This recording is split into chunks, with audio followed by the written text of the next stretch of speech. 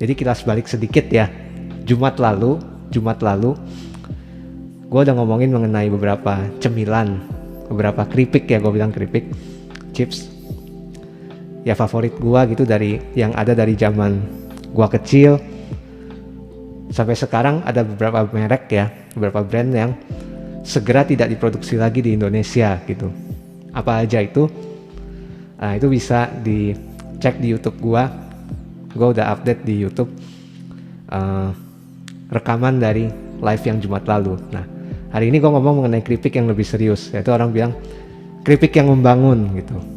Yaitu kritik, ya itu in bapak-bapak style ya, bapak-bapak jok ya, tapi keripik merah putih, keripik yang membangun. Nah, kalau teman-teman lihat berita-berita belakangan ini ya, sepertinya kata kritik itu lagi trending banget gitu. Nggak tahu kenapa, bisa nyaris berbarengan ya. Kita di berita-berita berbagai macam kasus kejadian yang berhubungan erat dengan kata kritik gitu. Ada yang filmnya dikritik, ada yang ributin mengenai mural, ada apa lagi? Ada yang bahkan mengkritik baju daerah gitu ya, baju daerah dikritik gitu. Meskipun setelah itu jadi laris banget bajunya gitu. Tapi sebelum ke situ, di story kan gua tulis ya, kalau tipikal orang edisi kemerdekaan tuh biasanya membicarakan apa sih? Yang klise dan klasik banget adalah orang mempertanyakan makna kemerdekaan dan mempertanyakan status, apakah kita sudah merdeka atau belum. Menurut gue itu sudah sangat klasik dan klise. Kira-kira seperti apa? Kalau menurut gue sih ya, kalau agak lebih nyerempet dikit gitu, kalau setiap kali hari besar keagamaan apapun, gue perhatiin hari besar keagamaan apapun, terutama kalau udah event-event yang orang-orang pejabat atau pemerintahan yang kasih speech, hampir selalu 90% pasti berhubungan dengan apa? Toleransi. Nah, ini suatu hal yang kedengarannya baik, kedengarannya yang sesuatu yang perlu kita bina, kembangkan gitu kan, berkelanjutan, bagus. Tapi yang satu hal yang gue agak kurang serak adalah gini, setiap tahun kita ngomongin tentang itu terus gitu, apapun progres yang telah kita lalui gitu ya, selalu disampaikan dengan sama, dibicarakan dengan sama. Jadi gue khawatirnya topik-topik yang klise kayak begini, termasuk makna dan status kemerdekaan itu jadinya kayak kotak yang kalau teman-teman pernah dengar penelitian ya mengenai kutu loncat gitu yang ditaruh dalam kotak sekian lama, terus ketika kotak itu dilepas, jadi keluar dari kotak itu, dia menjadi tidak bisa loncat setinggi kutu normalnya gitu, padahal dia udah nggak dalam kotak gitu.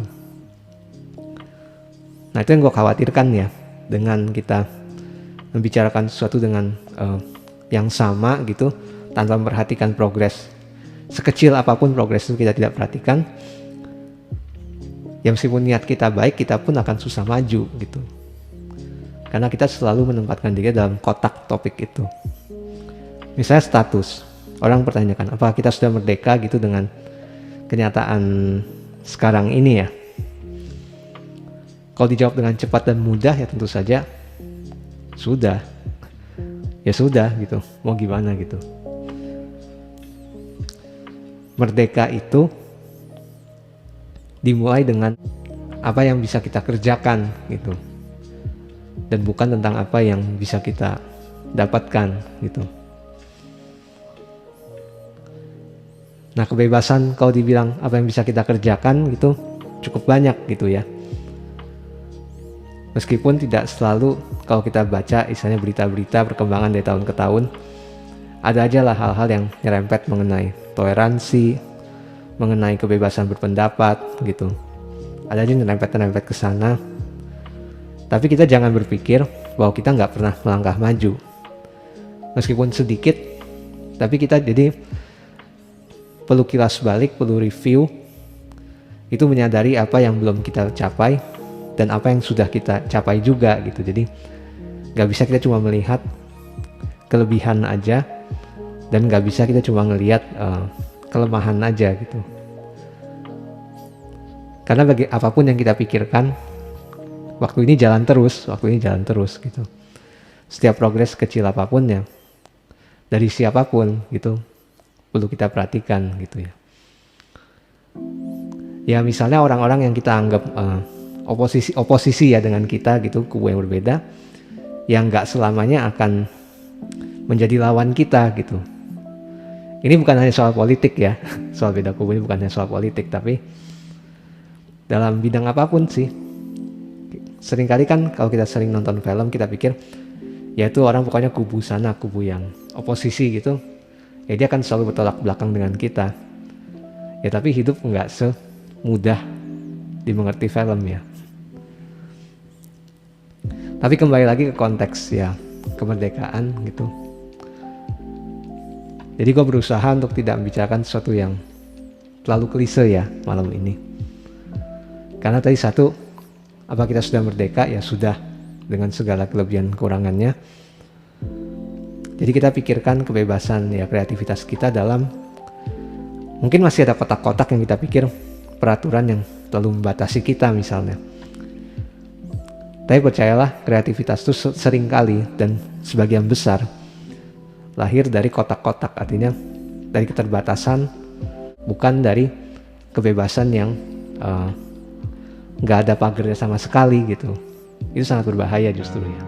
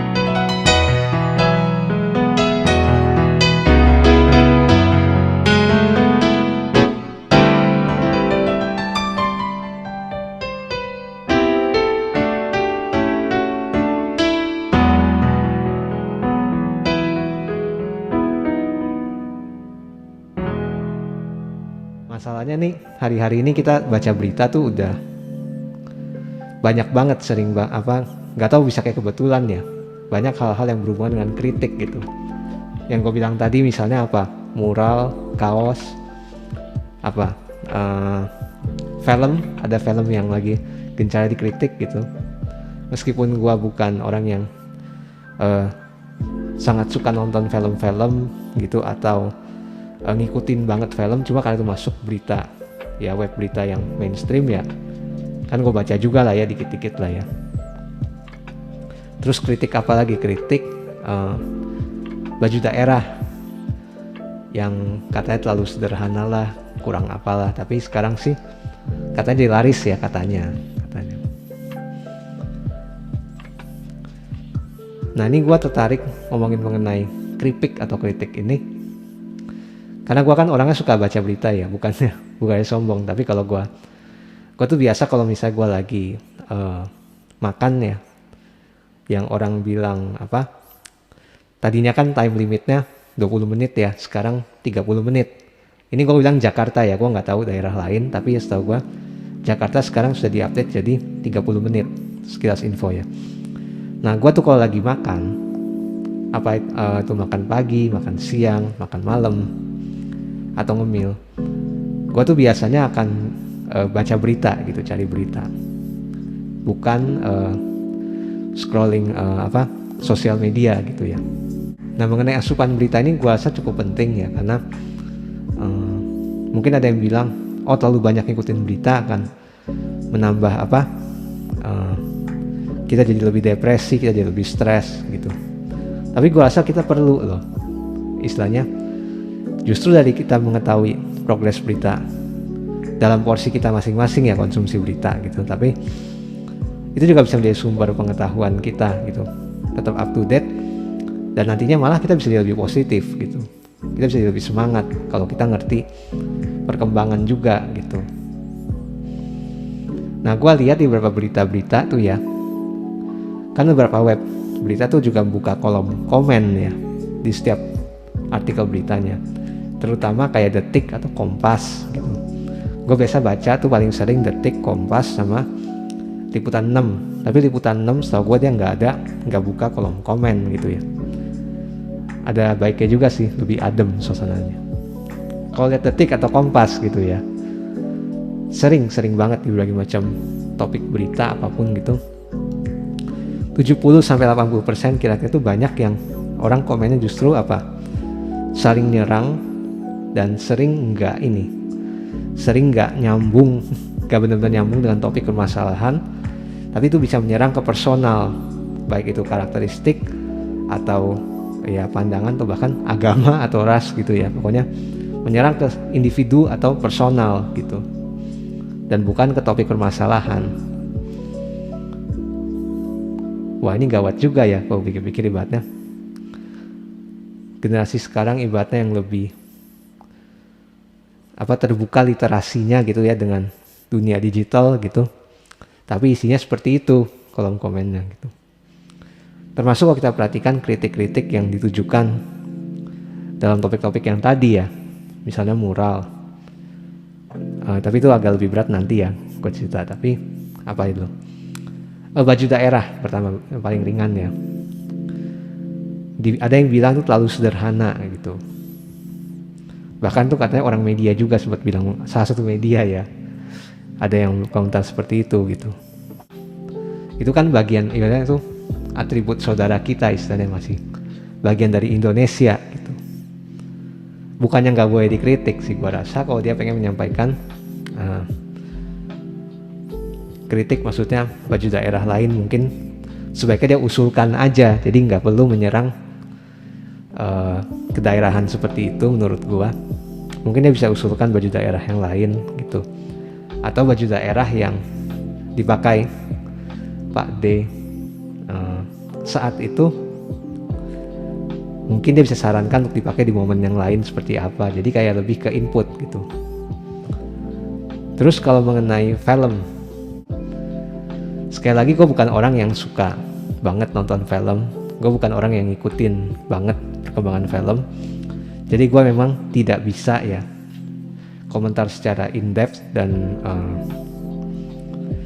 ya mendalam detail mengenai filmnya si Pak Dokter itu, Pak Dokter yang juga musisi itu. Tapi mengenai yang mengarahkan kritik, gue lihat tuh kalau di komen-komen di artikel berita itu banyak yang menyerang lebih ke personal gitu daripada ke film, mengenai film secara langsung. Kalau gue lihat ya, banyak yang seperti itu serangan secara personal. Bahaya sekali netizen ya. Hashtag netizen maha benar gitu ya. Kan orang ada yang berpendapat, apakah kritik itu harus selalu memberikan solusi? Dan apakah setiap kritik itu harus membangun gitu? Masa kita nggak boleh sih ibaratnya asal nyeblak, atau ibaratnya bilang nggak suka ya nggak suka aja, nggak usah penjelasan gitu. Nah menurut gue gini ya, base-nya misalnya pekerjaan kita apa, gue misalnya musisi, gue main musik dan gue misalnya bikin aransemen musik, gue bikin lagu, gue publish. Nah yang menikmati itu siapa? Sebagian besar dari yang menikmati karya, produk, jasa kita, apapun bidang kita ya, sebagian besar menikmatinya adalah orang-orang yang kompetensinya berbeda dengan kita, di luar bidang kita gitu. Orang jual nasi uduk, nasi goreng bukan hanya ke orang-orang yang ngerti kuliner gitu. Musik gue juga dinikmati atau disebarkan, distribusikan kepada yang bukan musisi, jelas gitu, banyak gitu. Jadi sudah sewajarnya kita bisa siap menerima kritik dari orang-orang yang di luar bidang kita atau yang bahkan kompetensinya di bawah kita gitu. Itu sangat wajar gitu. Jadi kita nggak bisa bilang misalnya kita nggak boleh kritik kontraktor gitu karena kita nggak bisa bangun rumah, atau kita nggak ngerti ya bangunan gitu. Ya masa gitu. Meskipun memang untuk bisa mengkritik si kontraktor ini dengan lebih tepat sasaran, lebih to the point, lebih jelas, memberikan kritik yang lebih on point gitu, kita perlu belajar juga gitu tentang konstruksi. Kita perlu belajar dengan misalnya bahan bangunan, kita ingin mengkritik bahan bangunan, kita ingin mengkritik desain. Nah itu sebagai yang bukan di bidang itu, kita tuh boleh-boleh aja pasti kritik ya, tapi akan lebih pas, akan lebih tepat sasaran kalau kita mau sedikit aja, at least sedikit belajar tentang bidang itu. Jadi satu sisi kita sebagai orang yang menerima kritik ya kita siap gitu, ada menerima, menurut gua bahkan sekitar 70-an% ya, at least 70-an%, bisa lebih ya, kritik-kritik yang sangat penting buat kita. Kritik sangat penting buat kita itu justru datang dari yang bidangnya berbeda dengan kita atau yang kompetensinya di bawah kita. Tentunya kritik, masukan dari yang di atas kita itu sangat penting. Misalnya guru kita, mentor kita gitu, sahabat ibaratnya. Jadi ya itu sangat penting ya. Jadi kalau itu ya supaya kita berkembang, supaya kita belajar, kita review. Tapi kalau kita menerima kritik dari yang istilahnya kompetensinya berbeda atau di bawah kita, itu supaya kita siap berhadapan dengan ya realita dunia gitu ya. Bagaimana karya, jasa atau produk kita itu relate dengan ya sekitar kita gitu. Maka itu jadi sangat penting. Nah, sisi lain, apakah kritik itu, orang kadang ada yang protes, masa gue harus kasih solusi sih gitu. Sebenarnya karena memang bidang yang mungkin bukan bidang yang sama kita pengen kritik gitu, wajar kalau kita tidak bisa memberikan solusi yang konkret gitu. Tapi kita perlu setidaknya apa ya, tidak memberikan kritik yang asal misalnya kita bilang gak suka ini karena apa gitu. Nah itu kan perlu dijelaskan ya, ini jelek kenapa. Jangan misalnya ini produk ini jelek, kita bilang jelek terus bilang karena yang membuatnya orangnya begini-begini, paham kehidupannya begini. Ya itu gak ada hubungannya gitu, gak ada urusannya gitu ya.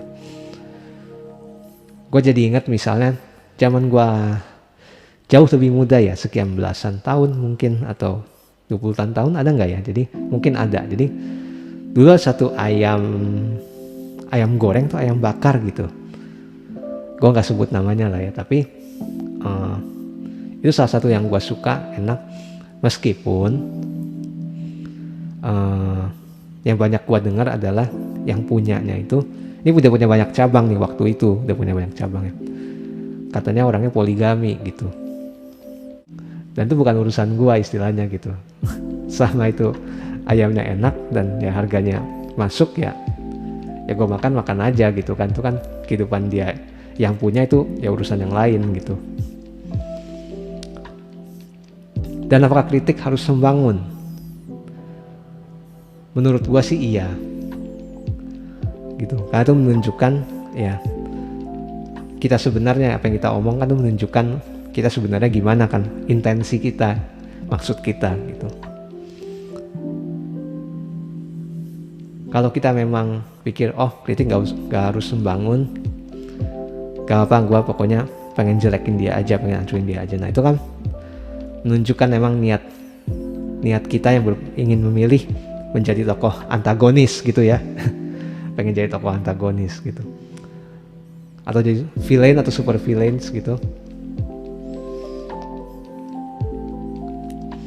Ya itu pilihan gitu ya. Kalau gua sih rasa memang lebih baik adalah kita berusaha menyampaikan kritik yang membangun gitu. Tapi itu sekali lagi terserah gitu, karena biasanya kritik itu kita sampaikan karena kita care, kita peduli dengan perkembangan dari orang atau produk atau jasa yang kita kritik gitu. Kita suka ayam goreng apa gitu, kita biasa makan, kita suka, tapi suatu hari kita makan kok rasanya berbeda, dan kita kritik, kita nyampaikan komplain gitu ya. Tujuannya ya supaya kualitasnya diperbaiki, ditingkatkan, dan next time kita makan dulu lagi rasanya sudah at least sama seperti kualitas yang kita tahu gitu. Makanya kita komplain, kita kritik gitu ya, kritik yang membangun.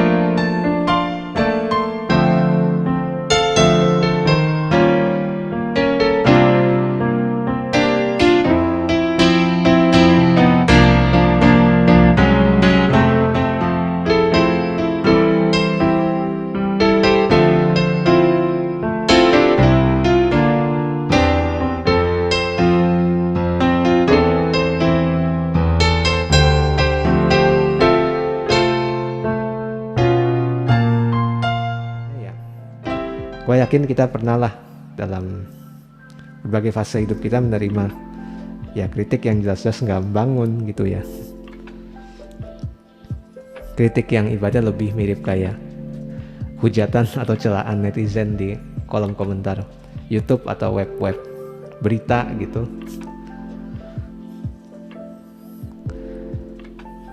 Misalnya kalau gua sendiri di setiap instrumen yang gue mainkan, 3 tadi ya, keyboard, saksofon, dan bass, di semua instrumen itu gue pernah menerima omongan dari berbagai macam orang.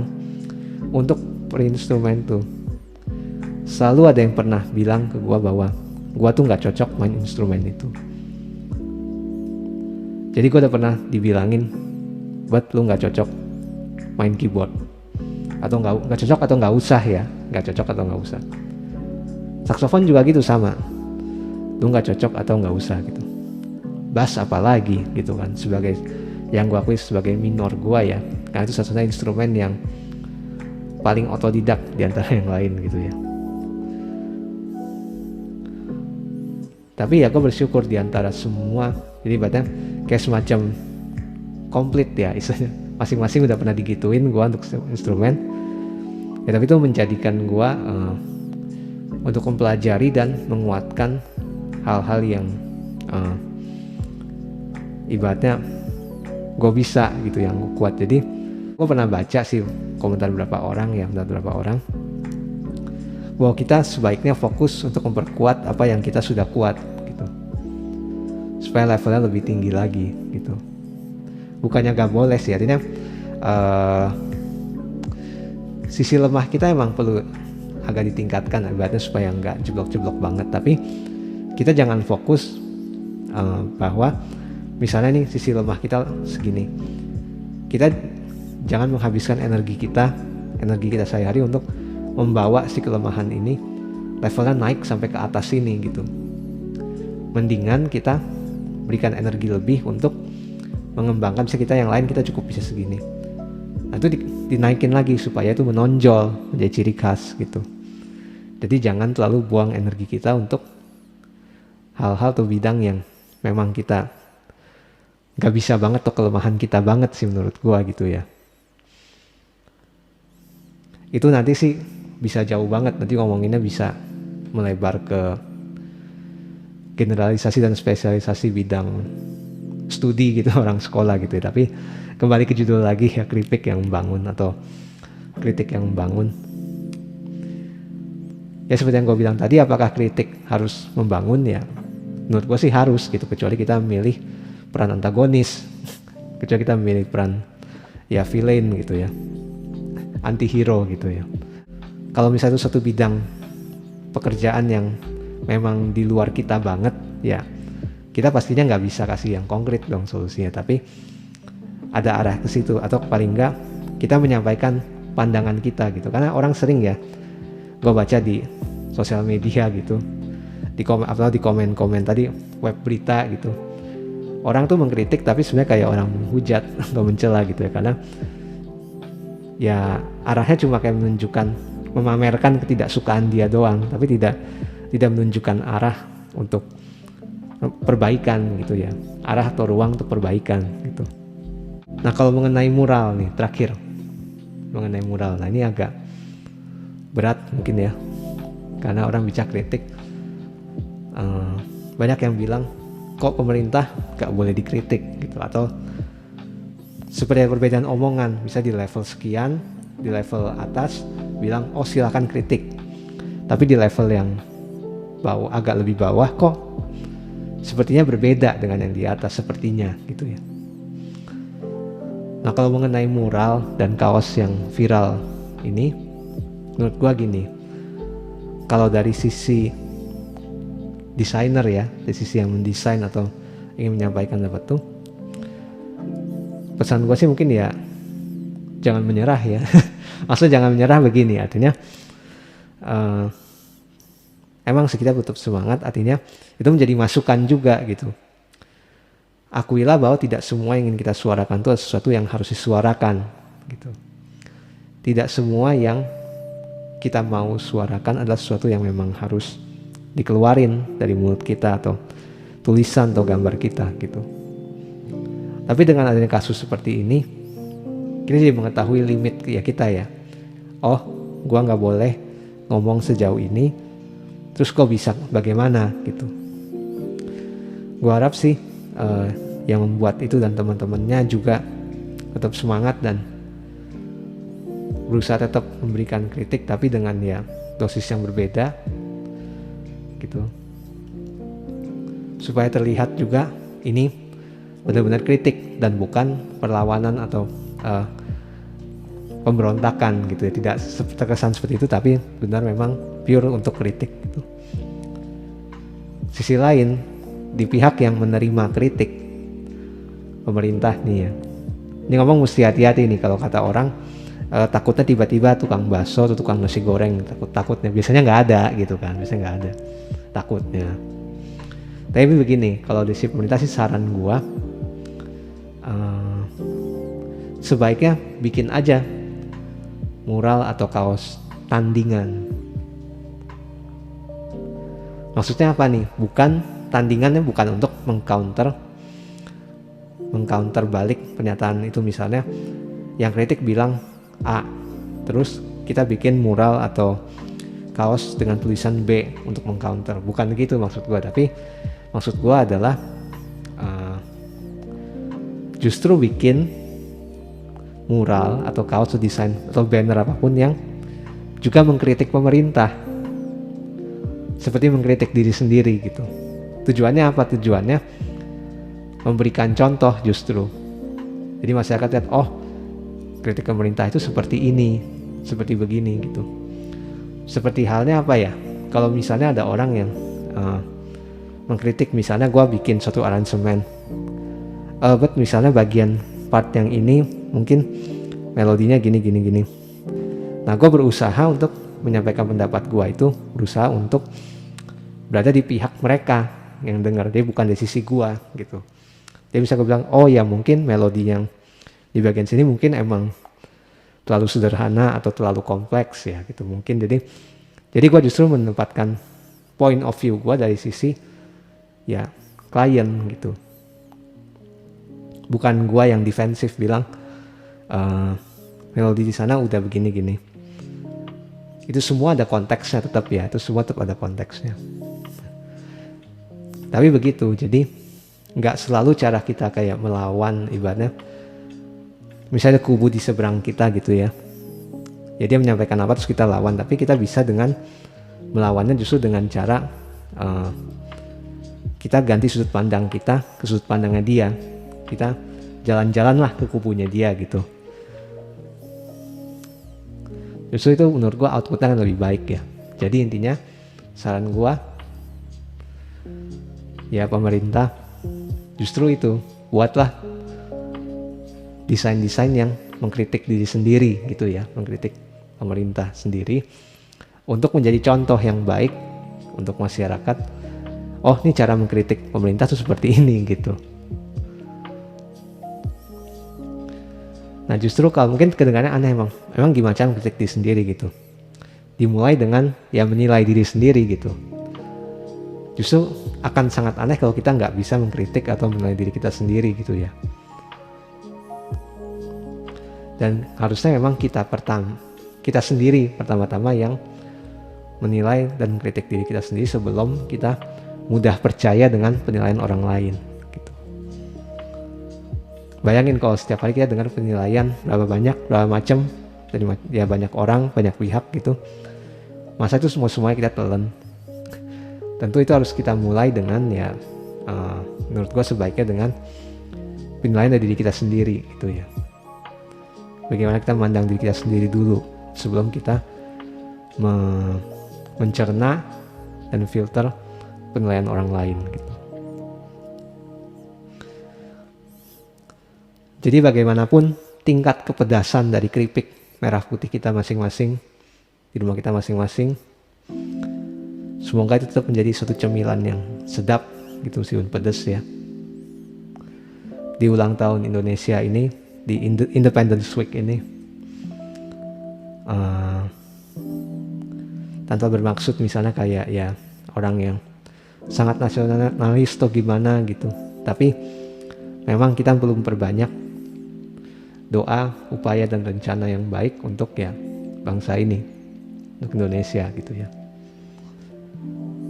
Salah satunya rencana dan upaya yang baik itu adalah dengan belajar menyampaikan kritik yang baik.